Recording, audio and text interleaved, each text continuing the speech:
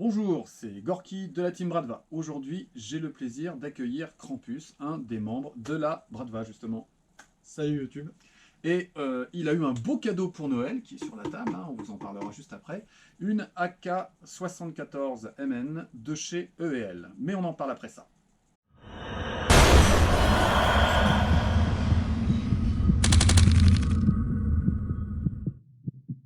Alors, le Père Noël t'a fait un joli cadeau, hein, à ce que je vois, une superbe AK-74MN.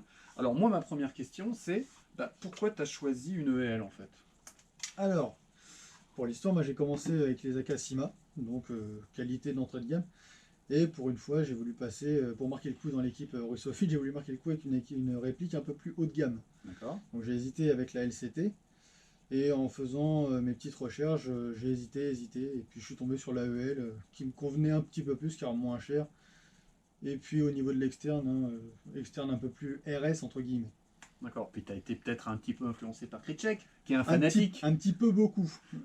D'accord, parce qu'on a effectivement un membre de l'équipe, Kritchek, que vous avez déjà vu sur la revue de la K12 et de la SVAL LCT, qui aime beaucoup le EL. C'est par lui aussi, hein, et c'est grâce à lui que j'ai acheté aussi mon AKEL il y a quelques années. Alors, parmi les AKEL, tu avais différents modèles possibles. Pourquoi tu as choisi ce modèle de l'AK74MN plutôt qu'un autre en fait? Alors à la base, je voulais, comme mon Akasima était une AKM, donc avec les garnitures en bois, je voulais une AK un petit peu plus moderne. Et donc de base, je voulais m'orienter vers une AK 103. D'accord. Sauf que elles ne la font pas, et en fait, il s'avère que c'est juste une AK-74MN avec un chargeur en 762. D'accord. Donc je me suis dit, tant qu'à faire, autant prendre la réplique de l'AK-74MN qui équipe toutes les forces, enfin toute l'armée russe, semble-t-il. Et puis pour la petite symbolique, elle a été mise en service l'année de ma naissance. D'accord. Donc je me suis dit, tant qu'à faire, on va prendre celle-là et on changera les chargeurs pour la 103. D'accord, la petite symbolique un peu sympa. Alors ensuite, bon, je sais, pas mal de répliques chez toi. À Noël, lorsque tu as fait l'ouverture là de ta... Tiens, puis je te la mets dans les mains quand même, hein, parce que c'est la tienne. Voilà, voilà, voilà. Quand tu as effectivement sorti de la boîte ta première EL, voilà, ça a été quoi ta première impression? Ah bah tout de suite, bon, bah, déjà ça sent l'huile, hein, Mhm. il y a plein de graisse partout. C'est ça. Et puis bah c'est solide, on a un bloc dans les mains en fait, hein. On a vraiment l'impression D'accord. d'avoir une arme. C'est vraiment qu'une impression, hein. Bon, je vous rassure. Non, c'est une impression de solidité comparée à la Cima, ça n'a rien à voir. Ça sent l'acier, ça sent le gras, ça sent la solidité. D'accord. Alors c'est vrai qu'on a cette impression-là quand on a une première fois une EL. La graisse à fusil donne un aspect, enfin donne un fond de réalisme comme ça C'est ça. qu'on ne retrouve pas forcément avec certaines répliques. Alors je vais faire un petit peu un tour de l'objet. J'ai fait récemment la revue de la K74 MN de chez GHK. Alors on retrouve à peu près la même esthétique. Donc la crosse rabattable avec le petit poussoir qui permet de la déclipser et de la rabattre. On a un maintien de la crosse qui est excellent. Un équilibre de la réplique qui va avoir un léger déport vers l'avant. Je pensais qu'il y aurait un petit peu plus d'équilibre que la GHK parce qu'il n'y avait pas l'ensemble mobile à l'intérieur, mais c'est tellement massif et le canon étant en acier qu'on a quand même une part comme ça de déséquilibre. En plus, la partie de crosse en ABS ne crée pas de contrepoids, donc il faut vous attendre quand même à avoir un appui sur le bras avant assez conséquent. AK-74, donc bien sûr le rail latéral. On est sur de l'EL, on peut faire le tour, hein, mais au niveau de l'aimant, on est sur de l'acier absolument partout, sur le corps, sur les parties mobiles. Donc on est sur un très bel objet, hein, très solide, avec un bon poids, hein. Je vous mettrai à l'écran le poids de la réplique. Est-ce que tu as prévu de la jouer comme ça, full stock sortie de boîte, ou est-ce que tu as déjà en tête la façon dont tu vas customiser l'externe? Alors, donc, bah, pour ceux qui me connaissent, hein, ils savent que je ne laisse que très rarement une réplique d'origine. Donc, je vais mettre changer pas mal de pièces pour la rendre un petit peu plus moderne, un petit peu plus sympa. Donc, notamment, il y aura le talon de crosse qui va venir s'ajouter, le changement de la poignée qui, personnellement, je ne trouve pas très ergonomique. D'accord. Les chargeurs qui vont changer par des chargeurs en polymère un peu plus esthétiques, un peu plus modernes. D'accord, Le le type frein de boue, ATM, maintenant ils appellent ça les DD, c'est ça? tout à fait. Qui d'ailleurs ont meilleure réputation que les EL d'origine. Mhm. Le frein de bouche qui va changer. D'accord. Et évidemment le montage d'un rail avec une optique. Pas D'accord, très russe bien. du tout. Pas russe du tout, mais Pas russe du à ton tout, goût. mais voilà, tout à fait. À ton goût, d'accord. Alors, on va prendre le temps de monter les pièces sur l'externe et on revient vers vous après une courte pause. Alors, on a pris le temps de poser les petites pièces qui vont bien pour Krampus. Est-ce que tu peux nous faire un petit peu le tour maintenant de ta réplique et puis des petites choses que tu as mises et que tu aimes bien avoir sur ta réplique? Alors, bon, dans un premier temps, hein, le principal, ça va être l'optique. J'ai utilisé un montage de rail latéral, bon c'est du rail, un lambda, il n'y a rien de russe du tout. L'optique, j'aime bien l'esthétique de la cog, même si personnellement je ne prends jamais de la cog avec un zoom, parce que j'aime pas les zooms tout simplement. Donc là, on est sur du... Il n'y a pas il n'y a pas de grossissement. Il n'y a pas de grossissement, j'ai juste la croix rouge, ça me suffit amplement. C'est juste après, c'est l'esthétique que j'aime bien. J'avais pris à l'origine un Vector Optics Panther que je trouve un petit peu bas. Donc j'ai pris la cog pour, comme je joue avec le Wark, comme toi, c'était un petit peu bas. Donc la coque c'est nickel au niveau de la hauteur. Ensuite, bon, le frein de bouche qui est... c'est pas le frein de bouche définitif, mais dans un premier temps c'est celui que j'avais. Voilà.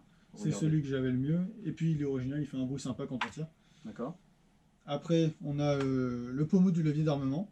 Alors celui-là, il va falloir que je l'adapte. Et donc ensuite, on aura les petits marquages au Posca bleu, russe comme il faut, et au Posca blanc pour mes petites personnalisations païennes et occultes.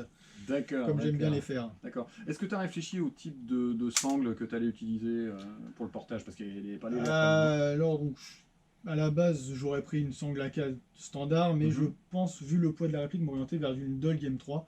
D'accord. Comme ça, on sera un peu plus confort pour le port, vu les terrains larges qu'on emploie. Je pense qu'il faudra au moins ça. C'est vrai qu'on cavale pas mal en forêt, il y a pas mal de distance à parcourir. Attends, je vais regarder si effectivement ce que ça donne au niveau de l'équilibre avec ce custom-là. Ah bah écoute, tu vois, avec l'optique, ça ramène un peu de poids vers le centre de la réplique. Et je trouve qu'à la limite, ça la rééquilibre un petit peu. Alors, elle est un petit peu plus lourde, mais je trouve que ça la rééquilibre, ça ramène du poids vers l'arrière. C'est moins inconfortable sur l'épaule avant gauche, tu vois. Ah, par contre, c'est vrai qu'avec tous les accessoires et déjà le poids de la réplique en elle-même, c'est... Ah, mais on est costaud, on est russe. Ah, on n'est pas sur... c'est sûr qu'on n'est plus sur du cinéma, là. Voilà, ok, alors, on va aller se faire un petit test chronie et on va passer sur le pas de tir dehors. Ça va être un petit peu compliqué parce qu'il y a un vent d'enfer. Et puis, on vient vous en reparler juste après. On va faire le test chronie de la K74M de la marque EL avec des billes 0,20 et le hop-up à 0.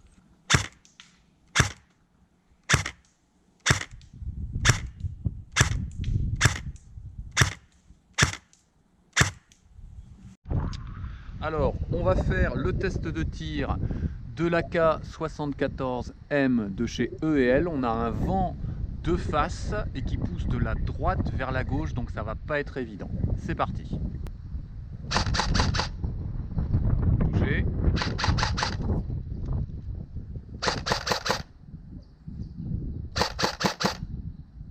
Touché. Touché 3 fois. Touché 3 fois. Touché 3 fois.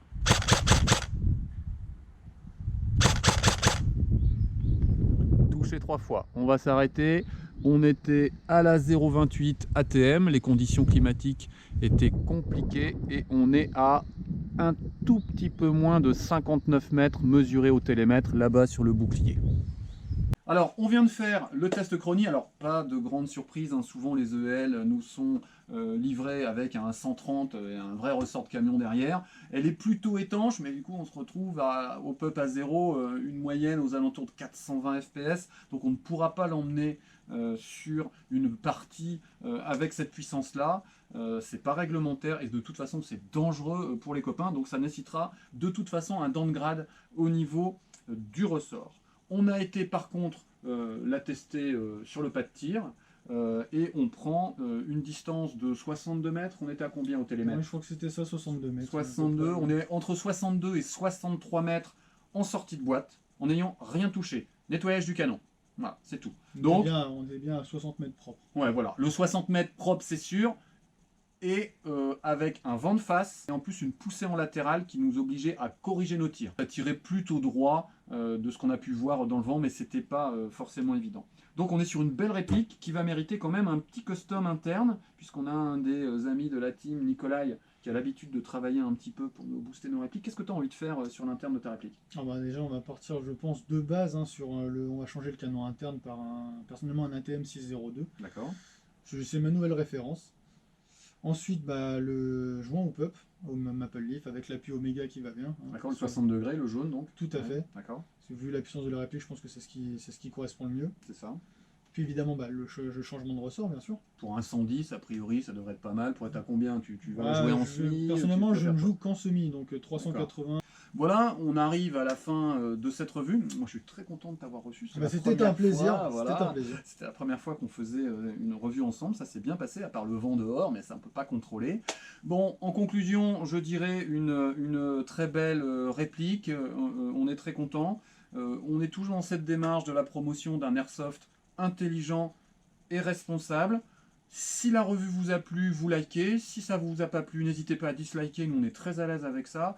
Nous, notre salaire, c'est vos commentaires. Voilà, nous, c'est le partage, la communauté. N'hésitez pas, moi, je ne mets pas de pouces. Je mets des pouces et je commente. Je suis là pour répondre. Je réponds à toutes les personnes qui posent des questions. Je prends du temps pour chacun d'entre vous. D'accord ? On se revoit pour la prochaine revue, peut-être avec Krampus ou un autre membre de la team. Et d'ici là, on vous souhaite une bonne continuation. Allez, au revoir. Salut.